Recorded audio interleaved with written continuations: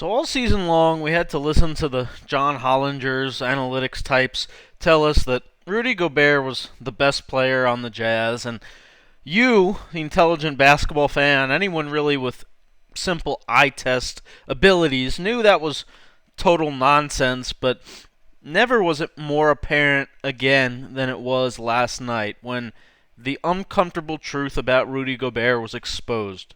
Again, like it was last year in the playoffs, like it is every playoffs. Rudy Gobert is soft.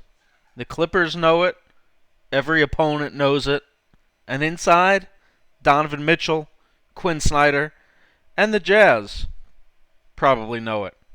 Let's dive into the film. Scout with Bryan here to show you, again, the truth about Rudy Gobert.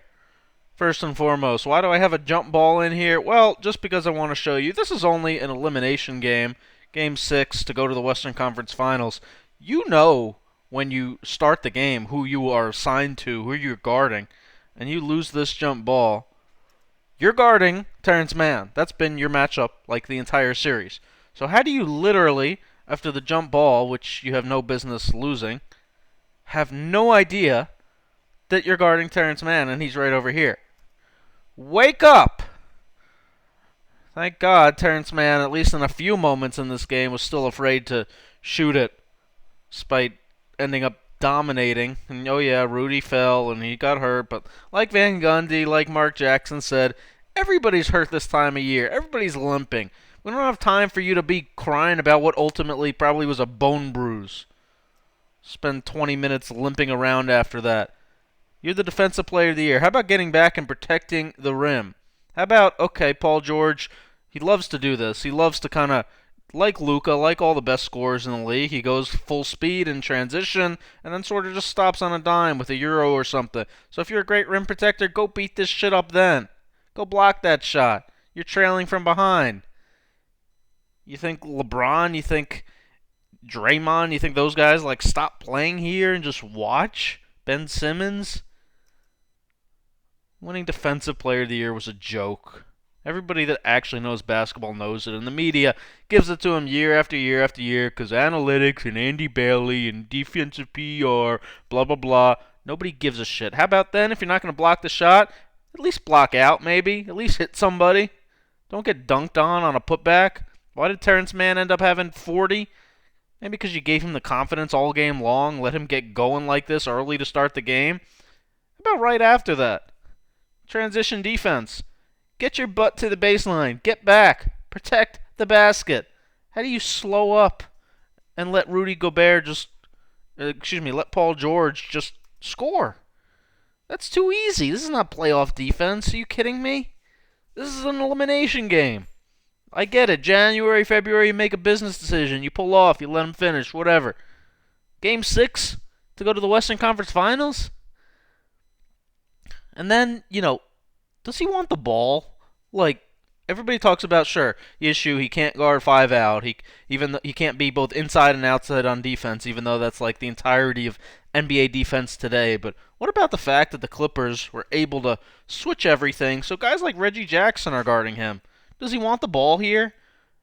He's going to put his hands up for like a millisecond, but no, the truth is he doesn't want the ball. And the Jazz don't even really look for him on these situations because they know that he's got no post moves, no skill down there whatsoever, that he can't even score against Reggie Jackson inside. Everyone talks about who Rudy can guard, blah, blah, blah. Can Reggie Jackson guard bigs? No. Rudy Gobert's like a finesse, soft, like stretch 5 without any of the stretch part. Look at that. Offensive rebound deep in the paint against Reggie Jackson? How about one dribble and exploding back up? How about stepping through, finishing? Soft. That's soft. Period. Here, okay, one of the few times Clippers actually go big, so he doesn't have the excuse of guarding a shooter or anything. He's guarding Zubac. Okay, ball's driven here. You're the help guy. Literally, that's your assignment right here. Low man. Doesn't even jump with Terrence Mann. Again, I talked about how Terrence Mann got going. Go protect the rim. Jump. Make an effort. Verticality. What the hell is that? It's embarrassing.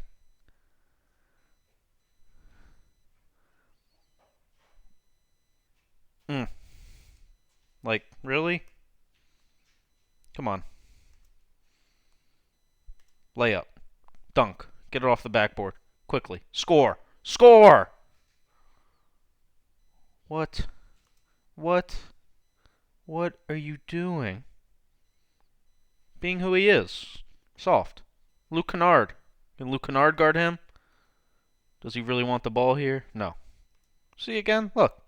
He does that. He does this for show. This is, analysts talk about fake hustle, things like that.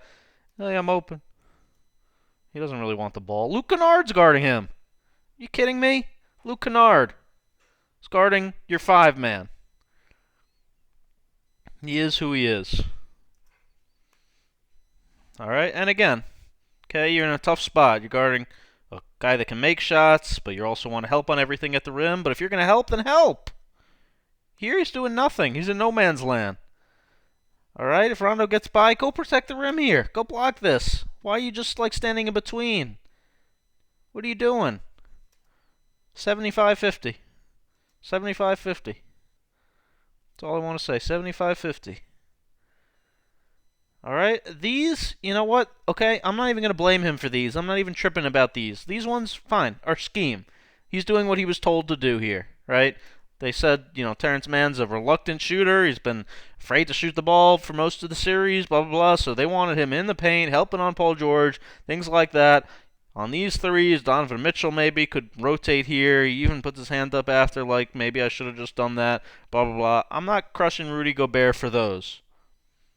Or these. Same thing. Joe Ingles, right? He's in between. He can contest it. He can X out to him. I'm not even killing Rudy for those, alright? I'm not saying this entire game was his fault either. Like Terrence Mann knocks down all his threes in the second half. Reggie Jackson kills you, but Jordan Clarkson, after a super hot first half, misses 2 wide open threes and a layup in the second. Yeah, there's some luck to this game. There's, sometimes you tip your cap, right? Clippers shot 75% from 3 in the second half. Some of the game is luck and make miss and all that stuff, but the stuff you can control, the physicality stuff, grab the ball.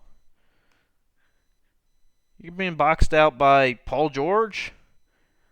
Play big. Grab the ball with 2 hands. Don't get that ball? Alright. A 5-point lead's going to become not just a 3-point lead, but a 2-point lead, as you're still late to even get back in the picture. Those are huge swings, huge plays. How about here? So again, Donovan Mitchell pulls up and misses, and you're the biggest player on the court, and you're behind the defense. Go jump. Try to get that. Luke Kennard's like tipping it because he thinks like you're for sure going to get this rebound. You end up getting it anyway, and then look at this. That's a foul? Apparently, but are you serious? Luke Kennard. Dunk the ball. How about finishing with some authority? Ends up being a 1-point play instead of a 3-point play. Once again, no man's land. Are you helping or are you staying home? What are we doing here? Because the whole thing, yeah, you certainly weren't staying home. Terrence Mann got a whole bunch of threes. So how about coming over again? When you see him lifting up to shoot this floater, contest it. Block this shot. Why are you just watching? Paul George was switched on him in transition here. Alright. Tough guard. Right. Forced to miss at the rim. Fine. Grab the ball. Grab the ball.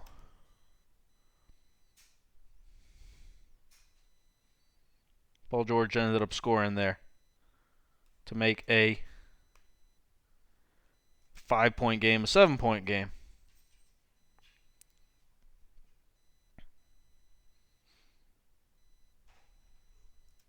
Again, are we helping or are we staying home? Okay? Certainly looks like you're helping. But, like, why does this pass even get through? Is this like the intensity level you'd think you'd have down 7 with 5:30 left in an elimination game? How about getting up, getting your hands all over him, deflecting that pass? That's just like nonchalant. That's the way he plays. I mean, multiple efforts. Like, at some point, you could, try to get back out and contest it, maybe. Nobody fears him. Nobody's afraid of him at the rim.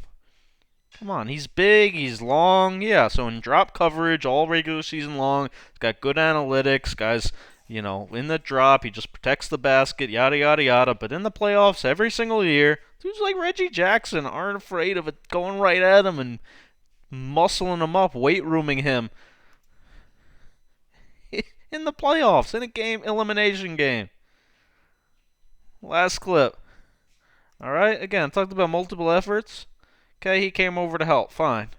So now there's 4 on the shot clock, 3 on the shot clock. You have to know this as a big. There's 2 seconds on the shot clock. Why now are you closing out short? I know Patrick Beverley's not the greatest shooter in the world, but with 2 seconds on the shot clock, he's not driving past you.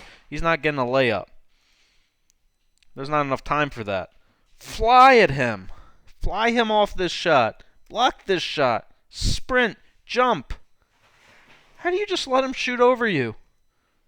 10-point game. Dagger. Game over. Season over. Thanks for watching. The truth about Rudy Gobert. Soft. Make sure to thumb up, subscribe. Spread the word around if you agree.